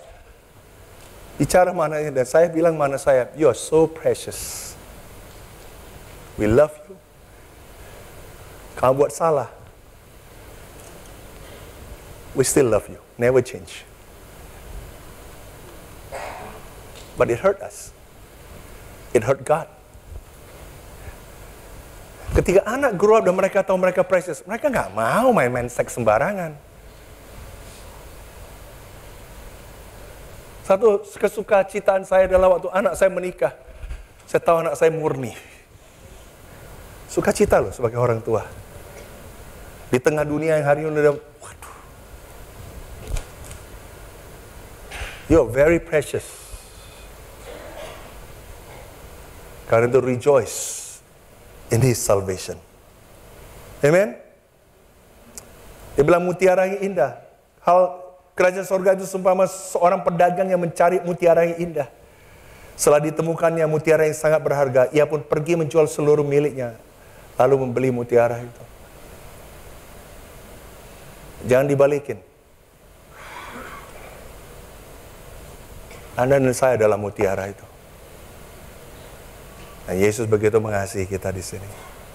Sudah itu di ayat 47 dan 50 dia bilang, hal kerajaan sorga itu seumpama pukat yang dilabuhkan di laut. Lalu mengumpulkan berbagai-bagai jenis ikan. Setelah penuh pukat itu pun diseret orang ke pantai. Lalu duduklah mereka dan mengumpulkan ikan yang baik ke dalam pasu. Dan ikan yang tidak baik mereka buang. Demikianlah juga pada akhir zaman malaikat-malaikat akan datang memisahkan orang jahat dari orang benar. Lalu mencampakkan orang jahat ke dalam dapur api. Di sanalah akan terdapat ratapan dan kertakan gigi. Tuhan bilang hal kerajaan sorga itu seumpama apa? Seperti orang tabur pukat. Waktu kamu tarik, kamu akan dapat segala jenis ikan. Di Danau Galilea ada sekitar 35 jenis ikan sekarang. Dulu saya nggak tahu, mungkin lebih banyak. Sekarang ada sekitar 35 jenis. Saya lihat di kalau nelayan lagi tebar jala diambil itu, ya campur. Ada yang baik, ada yang nggak baik. Sama hari ini Jumat kita ada Jumat, saya percaya kita taburkan itu. Kita mau taburkan kasih Tuhan, kita beritakan Injil, kita nggak tahu. Tapi saya kasih tahu, yang jelas Tuhan bilang, kita tarik, ya ada ikan baik, ada ikan yang jahat. Saya dulu maunya kalau saya tebar jala dapatnya ikan baik. Ikan jahatnya kena bolongnya net itu kemudian keluar. Ada yang datang sama saya bilang, kenapa bro ya kita kok ini? Saya bilang nggak apa. Ada yang gandum, ada yang lalang. Tuhan akan tunjukkan satu hari. Saya sekarang sudah jadi murid sekian lama, saya lihat ada orang yang kelihatan semangat, tapi yang seperti Paulus bilang, Dimas akhirnya meninggalkan Tuhan karena keduniawian itu. Ada, tapi kita akan mengasihi. Kamu tahu, kalaupun kamu di GKDI, belum tentu karena pada hari terakhir nanti Tuhan kemudian akan tahu. Dia akan pisahkan. Jadi nanti akan ada yang kaget, gue pikir di GKDI gue aman. Tuhan,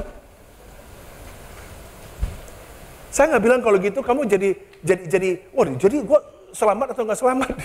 Alkitab sudah katakan bahwa bagaimana kita harus bisa reassure dengan keselamatan kita. Nggak ada yang kita earn untuk itu. Itu dari Tuhan. Tapi respon kamu bagaimana? Kamu respon dari hati kamu yang penuh dedikasi. Kamu sendiri bisa tahu tipuan-tipuan yang ada. Kamu tahu siapa yang sedang dipakai iblis. Apakah kamu sendiri? Kamu tahu kah? Jangan sibuk urusin orang lain semuanya. Diri sendiri kamu harus tahu. Kamu harus belajar tahu Kristen yang benar dan palsu yang mana. Kamu harus tahu.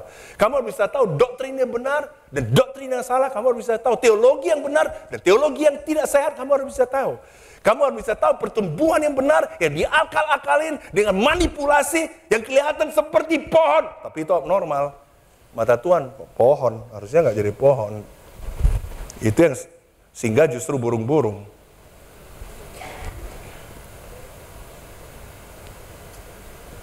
Kita harus bisa recognize deception itu. Dan terakhir, kita harus bisa rejoice in His salvation. Kenapa? Karena Anda dan saya adalah harta yang terpendam itu. Anda dan saya adalah mutiara yang indah itu.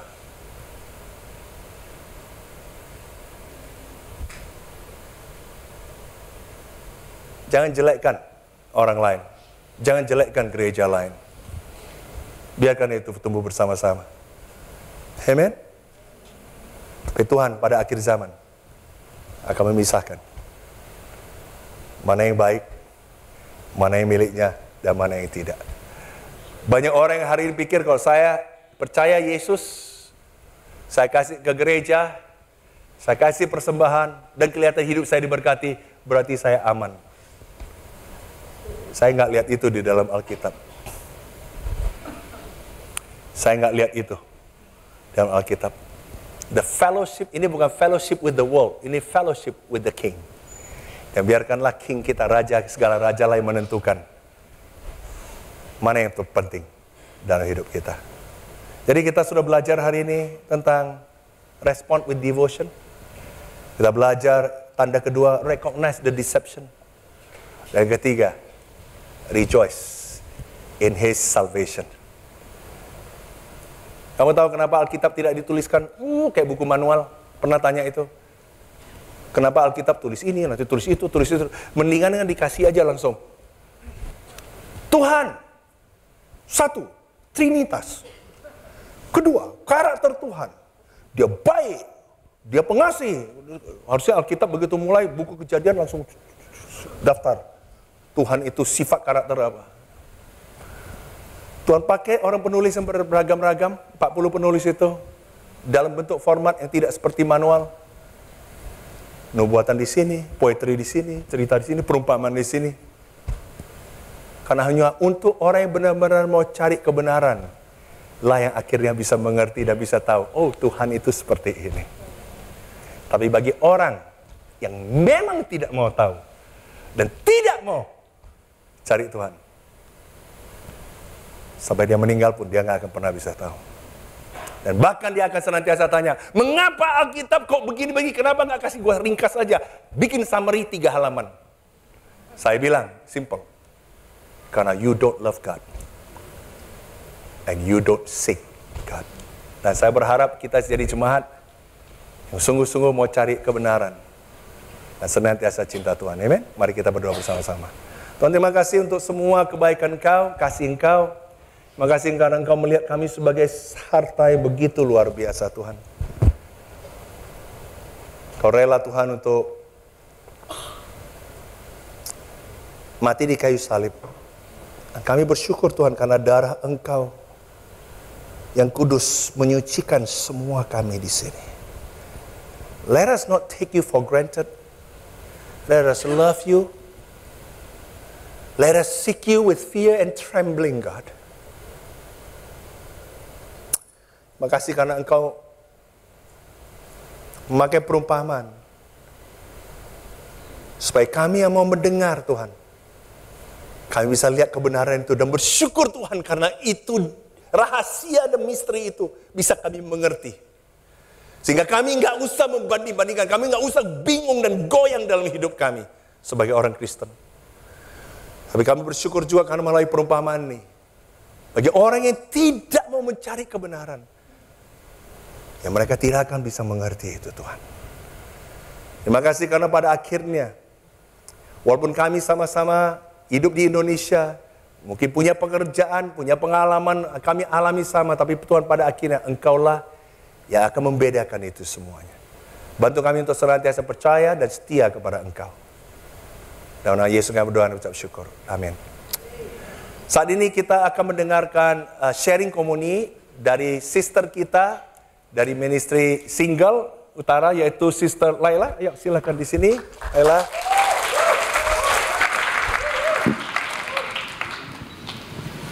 Selamat pagi, brother sister, jemaat Tuhan semuanya.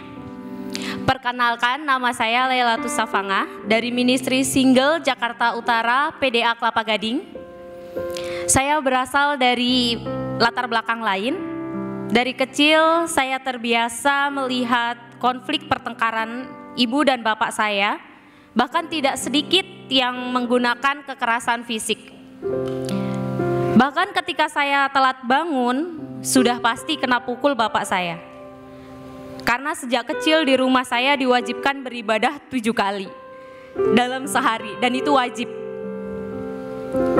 Hal ini membuat saya kepahitan dengan bapak dan membentuk karakter saya yang pemberontak serta keras, dan juga jadi mengandalkan kekuatan saya sendiri. Saya dulu juga adalah orang yang sangat gak peduli dan gak kepikiran dengan pendapat orang lain mengenai saya, dan benar-benar hidup semaunya saya untuk menunjukkan pemberontakan saya. Bahkan karena kebandelan saya itu membuat saya jatuh ke dunia malam, pergaulan serta pertemanan yang toksik dan tidak baik. Namun ternyata hal ini membuat saya lelah, dan saya sampai di titik gak tahu lagi hidup arahnya, tujuannya mau kemana, dan mempertanyakan Tuhan dalam hidup saya. Saya mulai penasaran dan mulai mencari Tuhan.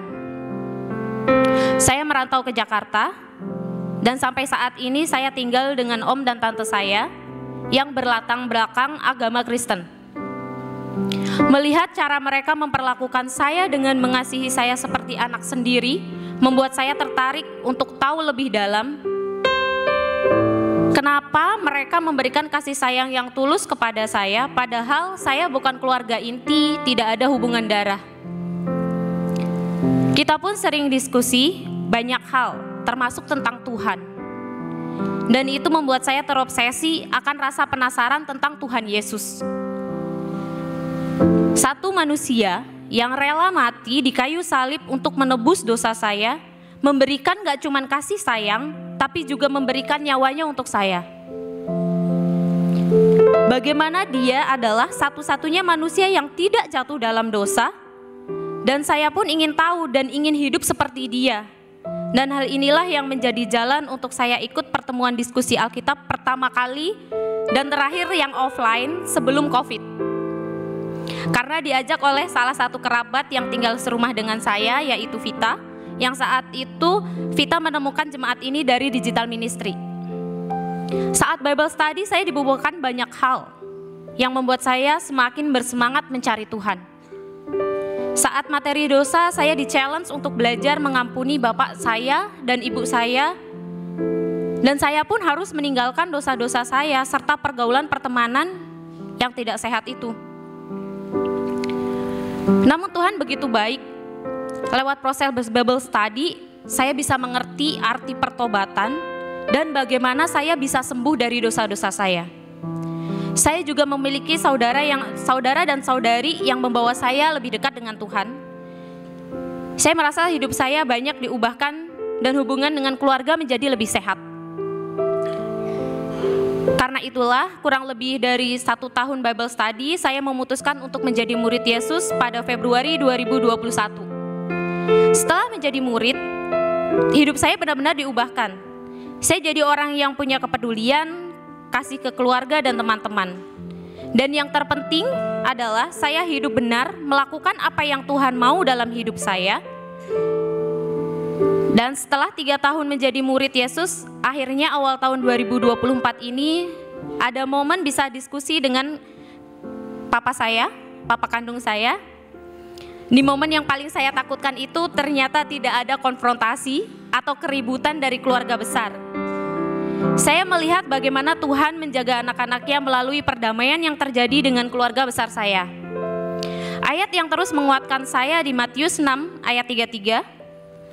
Tetapi carilah dahulu kerajaan Allah dan kebenarannya, maka semuanya itu akan ditambahkan kepadamu. Saya belajar untuk menyangkal diri, menjadi lebih sabar, menginjil, terlibat juga dalam hidup orang lain untuk kenal Tuhan. Dan mengajar banyak orang, serta mendekatkan diri pada Tuhan.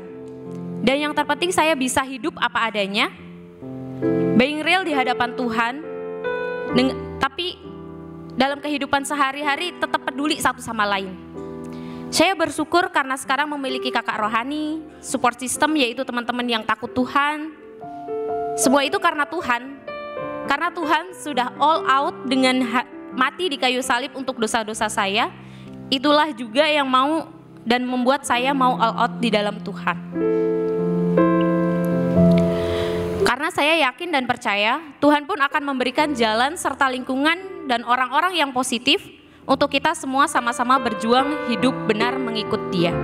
Saya mau tutup dengan satu ayat, 1 Yohanes 2 ayat 6. Barang siapa mengatakan bahwa ia ada di dalam Dia, ia wajib hidup sama seperti Kristus telah hidup. Saya mau mengencourage brother sister supaya kita semua bisa terus semangat, terus diubahkan dan dibentuk, makin serupa, makin mirip dengan Tuhan Yesus. Karena hanya di dalam Dia, kita mempunyai sukacita yang sesungguhnya. Terima kasih, Tuhan Yesus memberkati. Thank you ya, Laila. Thank you untuk share hidupnya. Ini saatnya sekarang untuk kita bisa mengambil perjamuan kudus. Saya akan baca dari buku 1 Korintus 11 ayat 23. Sebab apa yang telah aku teruskan kepadamu telah aku terima dari Tuhan, yaitu bahwa Tuhan Yesus pada malam waktu ia diserahkan mengambil roti, sesudah itu ia mengucap syukur atasnya. Ia memecahkannya dan berkata, inilah tubuhku yang diserahkan bagi kamu. Perbuatlah ini menjadi peringatan akan aku. Mari kita makan rotinya bersama-sama.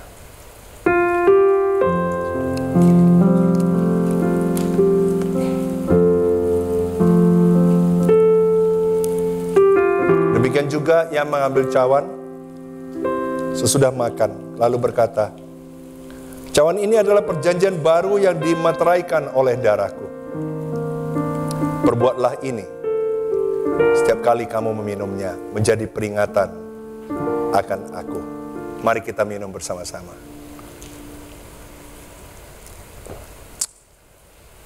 Tuhan, terima kasih karena Engkau bekerja dalam hidup Laila.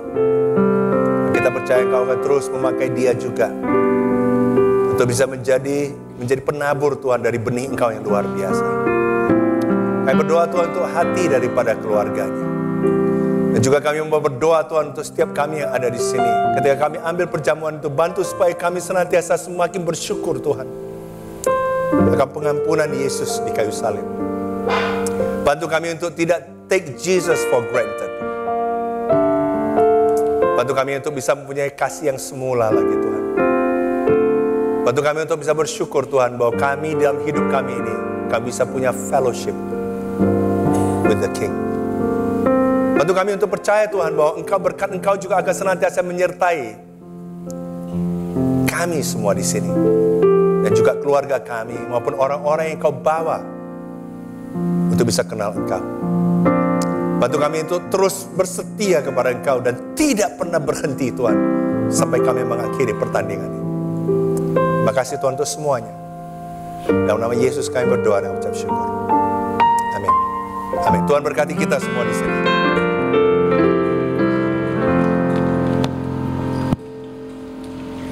Jemaat yang dikasihi Tuhan, sangat bersyukur kalau hari ini kita bisa kembali mendengar firman Tuhan yang begitu berkuasa. Saya pribadi belajar, ketika firman Tuhan ditaburkan, ada dua macam orang yang akan mendengarnya. Untuk itu Tuhan Yesus bercerita di dalam perumpamaan. Dulu saya berpikir, kenapa Tuhan kalau mau banyak orang diselamatkan, kenapa menyampaikan sesuatu dengan perumpamaan? Hari ini saya tahu. Perumpamaan diberikan untuk memisahkan dua macam orang. Seorang yang mendengar firman Tuhan dan hidup sungguh-sungguh melihat firman Tuhan adalah satu hal yang berkuasa, satu hal yang berharga. Dan satu macam lagi, orang yang tidak sungguh-sungguh melihat firman Tuhan sebagai satu harta yang luar biasa. Kita bisa melihat perbedaannya ketika seseorang sungguh-sungguh mendengarkan firman Tuhan dan mendapatkan keyakinan, kemudian mengambil keputusan untuk berubah. Inilah adalah orang yang sungguh-sungguh melihat firman Tuhan sebagai satu harta yang luar biasa. Hal yang kedua yang saya belajar ialah value kita di hadapan Tuhan. Mungkin sebagian dari kita melihat kita ini adalah orang yang berdosa. Kita ini nggak ada harapan. Tetapi di hadapan Tuhan, waktu kita mau datang dan bertobat, Tuhan melihat kita dengan sisi yang berbeda. Dia melihat kita sebagai mutiara yang berharga. Betapa luar biasanya harga kita di hadapan Tuhan. So hari ini mari kita percaya kepada firman Tuhan. Kalau kita ini berharga, mari kita gunakan hidup kita sebaik-baiknya untuk melayani Tuhan. Mari kita berterima kasih kepada Pendeta Harlem yang sudah mencerahkan kita semua. Saat ini saya mau mengajak kita semua untuk memberikan yang terbaik. Sudah ada QRIS yang disediakan, juga ada account di mana kita bisa transfer kalau kita tidak bisa menggunakan QRIS. Saya akan memberikan waktu beberapa saat bagi kita untuk memberikan persembahan. Mari kita berikan dengan hati yang penuh sukacita. Karena hati yang sukacita inilah yang berkenan di hadapan Tuhan.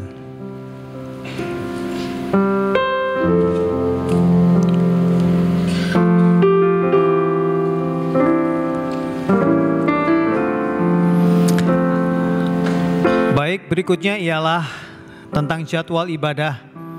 Minggu depan seperti biasa kita akan ada 2 ibadah. Yang pertama jam 8 pagi dan yang kedua jam 10.30. Mari kita datang lebih awal, jangan datang terlalu mepet. Gunakan waktu untuk berfellowship, gunakan waktu untuk saling menguatkan satu dengan yang lain. Berikutnya kita akan ada merit class pada tanggal 27 Oktober yaitu minggu depan jam 1:30 berjudul Compatibility Unlock. Nah, ini kita akan mendengarkan pelajaran dan juga kesaksian dari brother kita Rebi dan sister kita Cynthia tentang kunci kompak di dalam kehidupan pernikahan. Bagi kita yang penasaran, mari siapkan waktu, kita datang dan kita belajar dari Pendeta Rebi ya. Berikutnya, kita juga akan ada turnamen badminton. Ya. Saya ini dulu atlet ya. Kalau kita latihan terus tapi nggak ada pertandingan itu nggak semangat. Tapi hari ini kita akan ada turnamen. Untuk itu mari siapkan diri kita dan jangan lupa daftar. Ya, mari kita berkompetisi yang sehat dan mari kita bersukacita sama-sama. Berikutnya, tahun depan kita akan ada wisata rohani bertajuk Landscape of Faith yang akan dilaksanakan tanggal 4 sampai 16 Maret 2025. Wisata ini akan mengunjungi 7 jemaat di Buku Wahyu dan bagi jemaat yang tertarik untuk mengikutinya bisa datang ke info sessions yang akan diadakan di ruang Unity di lantai P1. Akan ada 2 info sessions, yang pertama jam 10 dan yang kedua jam 12.30. Pengumuman terakhir, kalau kita nanti bubar, kita pulang, saya mau encourage anak-anak muda untuk menggunakan tangga. Mari kita persilahkan saudara dan saudari kita yang piwa ya, untuk bisa menggunakan fasilitas lift ya, karena kita mengasihi mereka ya. Kita nggak kepengen mereka jatuh atau kelelahan. Mari kita yang masih muda dan yang berjiwa muda bisa menggunakan tangga. Itu saja. Mari kita tutup di dalam doa. Bapak, terima kasih untuk kasih setiamu di dalam hidup kami ya Bapak. Terima kasih untuk firman Engkau yang begitu menguatkan kami semua ya Bapa. Dan kalau hari ini kami boleh mendengarkan firman-Mu, kami mau belajar ya Tuhan untuk menjadi pendengar yang baik ya Tuhan. Tidak hanya pendengar yang baik tetapi juga menjadi pelaku firman ya Tuhan. Karena kami rindu Tuhan, kami memiliki fellowship with the King. Kami ingin memiliki fellowship dengan-Mu selamanya ya Tuhan. Dan itu mau kami lakukan sejak kami hidup di dunia ini. Terima kasih ya Tuhan untuk semua kebaikan-Mu. Hari ini kami mau juga berdoa ya Tuhan untuk bangsa dan negara kami Indonesia ya Tuhan, yang hari ini akan melantik presiden dan wakil presiden yang baru. Tuhan, kami berdoa kiranya roh takut akan Tuhan ada selalu di atas mereka ya Tuhan, dan juga seluruh jajaran di dalam kabinet. Mereka boleh melayani negeri ini dengan sungguh-sungguh mengandalkan Engkau ya Bapa. Terima kasih ya Tuhan untuk semua kebaikan-Mu. Dan kami juga berdoa untuk jemaat Engkau ya Tuhan. Kiranya Engkau memberikan mereka kekuatan ya Tuhan, untuk menghadapi masa-masa yang tidak mudah mungkin, untuk selalu terus berpegang dan mengandalkan Engkau selalu. Terima kasih ya Bapa untuk semua kebaikan-Mu. Di dalam nama Tuhan kami Yesus Kristus, kami semua sudah berdoa dan mengucap syukur. Amin. Amin. Boleh jemaat kita bangkit berdiri sebelum kita tinggalkan tempat ini.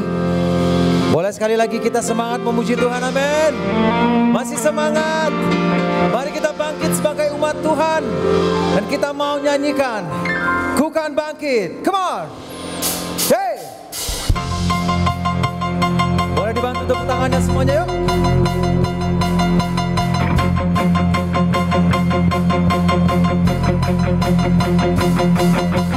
Mari kita sembah umat pilihan Allah, dengarlah panggilannya untuk menggenapi firman yang katakan untuk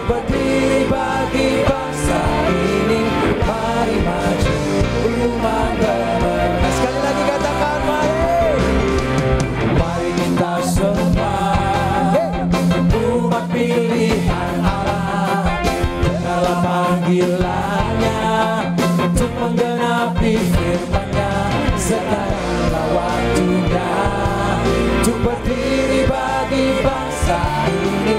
Mari maju umat pemenang.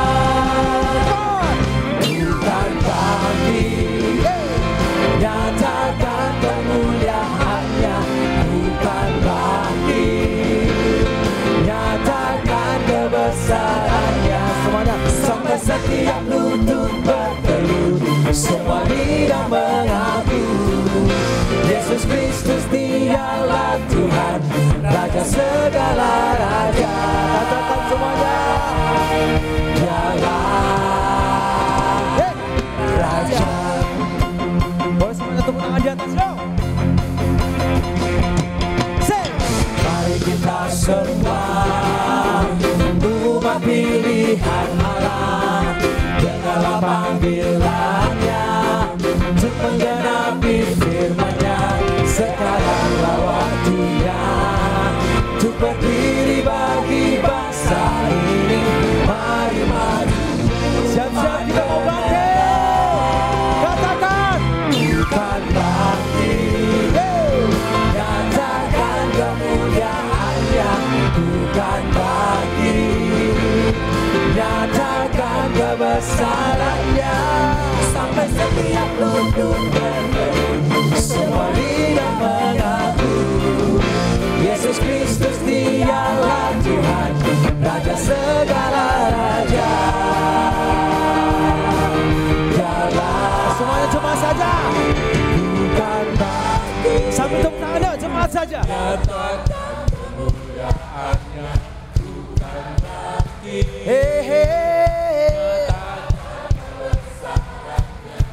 Sampai setiap lutut bertelut, Yesus.